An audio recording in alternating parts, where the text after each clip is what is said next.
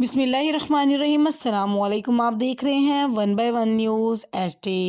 Report कर रहे हैं हमारे ब्यूरो चीफ सुलेमान हैदर गुजर।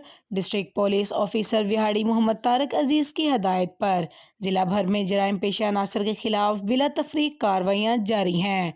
इसी सिलसिला में DPO सर्कल सदर मज़हर हयात की ज़ेरी निगरानी SHO थाना सिटी शकूर बेग की क़यादत में सब इंस्पेक्टर चौधरी शकील अख्तर ने अपनी टीम के हमरा 911 WB में स्नोकर क्लब पर कामयाब रेड करते हुए 9 जुआरियों को गिरफ्तार करके दाव पर लगाई गई 8,060 रुपये और मोबाइल फ़ोन बरामद करके मुकदमा दर्ज कर लिया।